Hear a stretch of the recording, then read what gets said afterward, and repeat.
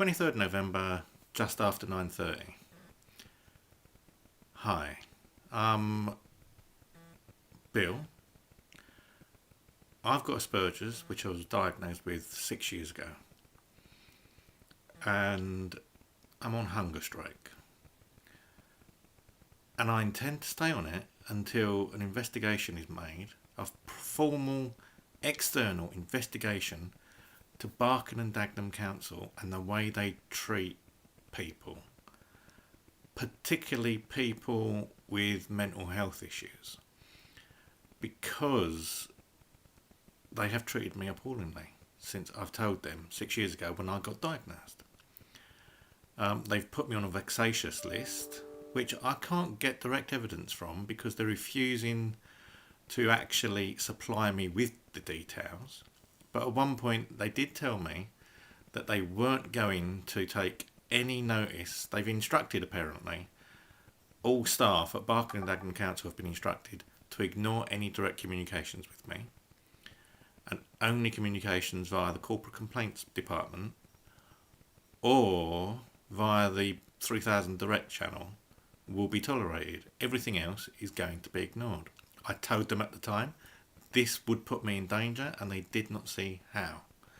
I've actually paid for the evidence to be reproduced because I've lost the letter they sent me. But they did send a letter out. I've got a witness to that.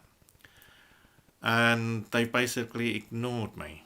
And the Information Commissioner will not help me because I've put a complaint in before they can get involved.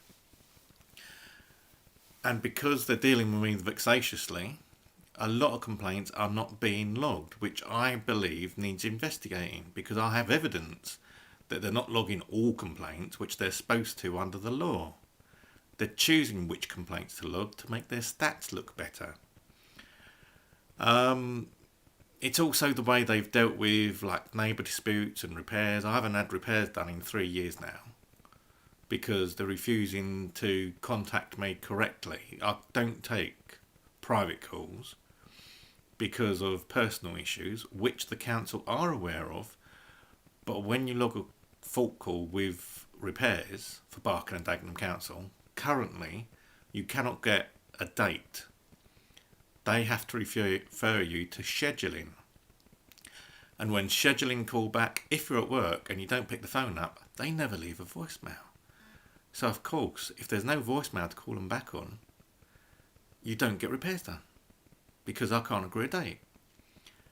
And the only other way they get to contact you is to randomly come round and knock on your door without any prior contact, which also is not the correct way of doing things. But it's just if they're in the neighbourhood, they'll knock on the door. Even though I've told them this puts me at risk because then everyone knows I'm not home. So that's been going on for years. It's various issues. It's like my neighbour stole my gate. It might only seem like a trivial matter, but she stole my gate. I reported this to the council. They're not pressing charges. And they're offering to pay for a replacement gate out of public funds, which at the least they should look after the public funds and charge my neighbour for the gate. It's what they're supposed to do. They're not supposed to say, oh, because, it's easier for us to pay for the gate rather than take her to court. It's an open and shut case. I've got photographs of the gate in her garden, and she doesn't even deny taking the gate off. She's been questioned by the council. She's been questioned by the police. She's admitted it to both. And so, if she's admitted she's taken the gate, then the council have got an easy win. But they're offering to pay for a replacement gate. And it's stuff like that. It's a waste of public funds. They're supposed to look after the public purse. And if they're offering to pay because they can't be bothered, then that is not looking after the public purse. And that should go to the National Audit Office at least. Together with fraudulently claiming not logging all complaints. I can prove they didn't log all complaints. But no one's taking any action. I've taken this up to my MP, my councillors, I've even complained to the council, the LGO, even Shelter, and no one's done anything. Shelter have said I've actually gone through all the channels, but at the end of the day, there's nothing that anyone can do. So this needs to go up to a parliamentary investigation in my book. Anyway, to cut a long story short, I'm on hunger strike because it's not so much a strike as I just don't see the point of repeating the same cycle all the time. No one believes that I'm ill. So I've stopped taking my meds because they're covering up how I actually feel. Inside I feel fine, or I feel as fine as I ever have, which is like pretty bland, bordering to severe depression. It doesn't get good, but on the outside the medication was making it appear like I was normal. And when you go for assessments, I've been for 2 mental health assessments in the last 6 months, and both have discharged me because they say, well, he's clean and he's well presented and he's articulate. Nothing wrong with him. So mental health people are all supposed to walk round, apparently, according to all the assessors, including DWP and PIP, if you've got mental health, you're not supposed to be clean, you're not supposed to be able to talk, and you're not supposed to be able to dress yourself. All mental health people apparently need to do that.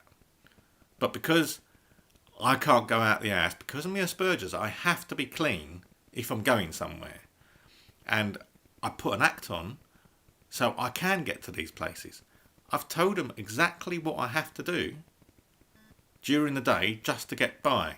And of course, they ignore what you tell them and they put down what they see. So if you polish your shoes and you put some clean clothes on and you don't smell and you don't look like you're covered in lice and you're not a gibbering idiot, then you haven't got a mental health problem. So, you know, if you're being assessed for mental health, you need to be a gibbering idiot, wear some old clothes that you've been in the ground for 6 months, and basically be wheeled into the assessment centre. And then they might see that you've got a mental health problem. Other than that, no one with Asperger's has got a mental health problem. Low functioning, high functioning, doesn't make a difference. If you've got autism and you can dress yourself and wash and you can get there, whether you've been there because of someone else helping you, doesn't make a difference. You can be as mentally ill as possible and they won't see it. And to top it off, not only did I get discharged from the local health authority because they think I'm fine, nothing wrong with me, but I've also been stopped ESA because Department of Work and Pensions just don't see any problem. Even though the assessor, when I was assessed, she tested my blood pressure and it was like 189 over 120, severely high. And it was because of the stress caused by the interview going on next door, which was noisy. And she hasn't put any of that in the assessment. And basically, the assessors lie. Or at least they're not putting everything down they see. They put down what they're trained to put down. But I don't believe that assessors for anything are generally trained in autism. They say they've got mental health training, but are they qualified in it? Or have they just been given a 5-day course? Difference. 3 years in mental health training, 5 days to assess. You can't assess people on a 5-day course. So basically, and I hate that phrase, I don't see the point of going forward. Because every now and then this keeps going round in circles. The mental health team start contacting you. They send the police round. I've had the police round twice already. And then the mental health team get involved. You get assurances. Action will be taken. Blah, de blah, de blah. And then the whole thing gets overlooked, forgotten. And then you get swept under the carpet. And then nothing gets done. It's taken 6 months now, even just to wait for a social care plan. So what have I supposed to been doing for the last 6 months? If it was not for my one friend, nothing would have happened, and I could have easily died in 6 months without anyone noticing. All people would have known is, oh, he's not answering phone calls from DWP. But hey, when DWP called me a few days ago, on the assessment, I actually told them I can't answer phone calls on private numbers because of, like I explained, various issues that have happened to me in the past, abuse and threats, so I don't answer private calls. I've explained all this to the local authority, by the way. And what do? They called me back on a private number.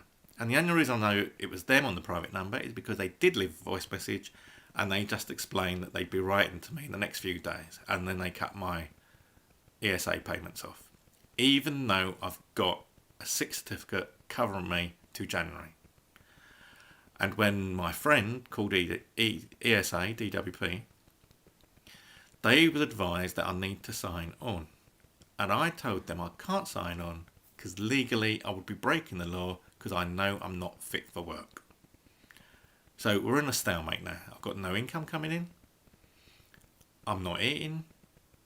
All I'm having is coffee and the odd bit of fruit juice if I've got some, or milk.